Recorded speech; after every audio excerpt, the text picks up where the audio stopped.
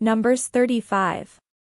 In the plains of Moab by the Jordan at Jericho, the Lord spoke to Moses, saying, Command the Israelites to give, from the inheritance that they possess, towns for the Levites to live in. You shall also give to the Levites pasture lands surrounding the towns. The towns shall be theirs to live in, and their pasture lands shall be for their cattle, for their livestock, and for all their animals. The pasture lands of the towns, which you shall give to the Levites, shall reach from the wall of the town outward 1,000 cubits all around. You shall measure, outside the town, for the east side 2,000 cubits, for the south side 2,000 cubits, for the west side 2,000 cubits, and for the north side 2,000 cubits, with the towns in the middle. This shall belong to them as pasture land for their towns. The towns that you give to the Levites shall include the 6 cities of refuge, where you shall permit a slayer to flee, and in addition to them you shall give 42 towns. The towns that you give to the Levites shall total 48, with their pasture lands. And as for the towns that you shall give from the possession of the Israelites, from the larger tribes you shall take many, and from the smaller tribes you shall take few, each, in proportion to the inheritance that it obtains, shall give of its towns to the Levites. The Lord spoke to Moses, saying, Speak to the Israelites, and say to them, When you cross the Jordan into the land of Canaan, then you shall select the cities to be cities of refuge for you, so that a slayer who kills a person without intent may flee there. The cities shall be for you a refuge from the avenger, so that the slayer may not die until there is a trial before the congregation. The cities that you designate shall be 6 cities of refuge for you. You shall designate 3 cities beyond the Jordan, and 3 cities in the land of Canaan, to be cities of refuge. These 6 cities shall serve as refuge for the Israelites, for the resident or transient alien among them, so that anyone who kills a person without intent may flee there. But anyone who strikes another with an iron object, and death ensues, is a murderer. The murderer shall be put to death.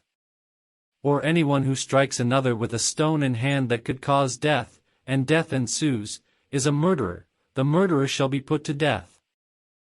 Or anyone who strikes another with a weapon of wood in hand that could cause death, and death ensues, is a murderer. The murderer shall be put to death. The avenger of blood is the one who shall put the murderer to death. When they meet, the avenger of blood shall execute the sentence. Likewise, if anyone pushes another from hatred, or hurls somethings at another, lying in wait, and death ensues. Or in enmity strikes another with the hand, and death ensues, then the one who struck the blow shall be put to death. That person is a murderer. The avenger of blood shall put the murderer to death, when they meet. But if someone pushes another suddenly without enmity, or hurls an object without lying in wait, or, while handling any stone that could cause death, unintentionally drops it on another and death ensues, though they were not enemies, and no harm was intended, then the congregation shall judge between the slayer and the avenger of blood, in accordance with these ordinances, and the congregation shall rescue the slayer from the avenger of blood.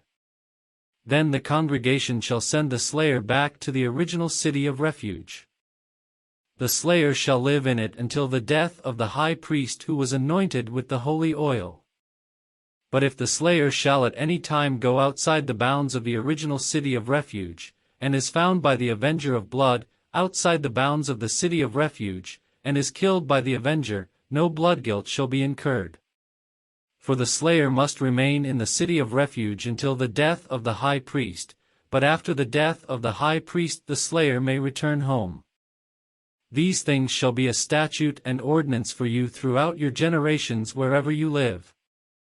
If anyone kills another, the murderer shall be put to death on the evidence of witnesses, but no one shall be put to death on the testimony of the single witness. Moreover, you shall accept no ransom for the life of a murderer who is subject to the death penalty. A murderer must be put to death. Nor shall you accept ransom for one who has fled to a city of refuge, enabling the fugitive to return to live in the land before the death of the high priest. You shall not pollute the land in which you live, for blood pollutes the land, and no expiation can be made for the land, for the blood that is shed in it, except by the blood of the one who shed it. You shall not defile the land in which you live, in which I also dwell, for I the Lord dwell among the Israelites.